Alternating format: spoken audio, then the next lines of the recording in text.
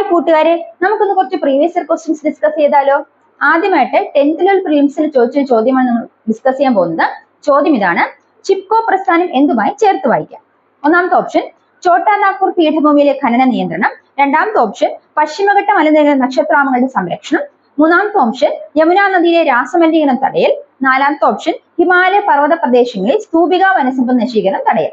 ഏത് ഓപ്ഷനാണ് ചിപ്കോ പ്രസ്ഥാനം ബന്ധപ്പെട്ടത്? അതെ, നാലാമത്തെ ഓപ്ഷനായ ഹിമാലയൻ പർവ്വത പ്രദേശങ്ങളിൽ സ്തൂപിക വനസമ്പത്ത് നശീകരണം തടയൽ എന്നാണ്. അപ്പൊ എന്താണ് ചിപ്കോ പ്രസ്ഥാനം? അപ്പൊ ചിപ്കോ പ്രസ്ഥാനത്തിന് നേതൃത്വം വഹിച്ച വ്യക്തിത്വമാണ് സുന്ദർലാൽ ബഹുഗുണി.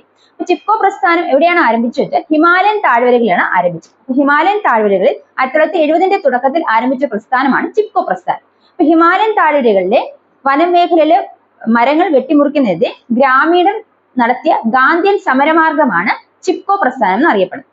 ഇതിന് സമാനമായി മറ്റൊരു പ്രസ്ഥാനം കർണാടകയിൽ ഉണ്ടായിട്ടുണ്ട്. അത് 1983 അതാണ് അപ്പിക്കോ പ്രസ്ഥാനം. അപ്പിക്കോ പ്രസ്ഥാനം നേതൃത്വം നൽകിയത് പാണ്ഡുരംഗ ഹെഗ്ഡെയാണ്.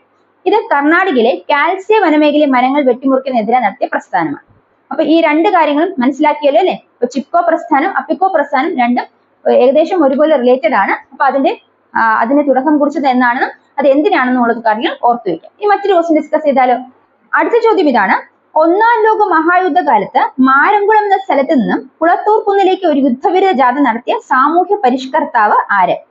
ഓപ്ഷൻസ്: വൈകുണ്ഠ സ്വാമികൾ, വാഗ്ഭടാനന്ദൻ, പണ്ഡിറ്റ് കറുപ്പൻ, കുമാരഗുരുദേവൻ.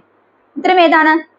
കുമാരഗുരുദേവനാണ് ഉത്തരം. അപ്പൊ അദ്ദേഹം ആരാണെന്നും യുദ്ധവിരുദ്ധ ജാഥയെ കുറിച്ച് നമുക്ക് മനസ്സിലാക്കാം.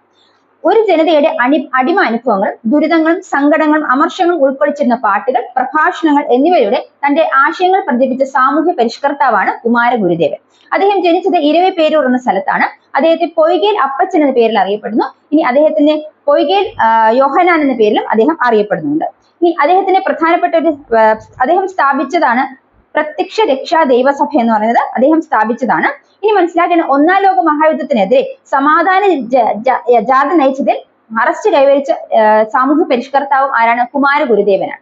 അപ്പൊ കുമാരഗുരുദേവനുമായി ബന്ധപ്പെട്ട ഈ ചോദ്യത്തിലെ ഉത്തരവും അതുമായി ബന്ധപ്പെട്ട കാര്യങ്ങൾ ക്ലിയർ ആയോ? അപ്പൊ നമ്മൾ ഇതുപോലെ ഇനിയും ക്വസ്റ്റ്യൻസ് ഡിസ്കസ് ചെയ്യും. അപ്പൊ നമുക്ക് അടുത്ത ക്ലാസ്സിൽ മറ്റു കുറച്ച് പ്രീവിയസ് ക്വസ്റ്റ്യൻസും അതിന്റെ റിലേറ്റഡ് ഫാക്ട്സും കണ്ടുമുട്ടാം. അതിനെ തീർച്ചയായും എന്റെ ചാനൽ സബ്സ്ക്രൈബ് ചെയ്യൂ.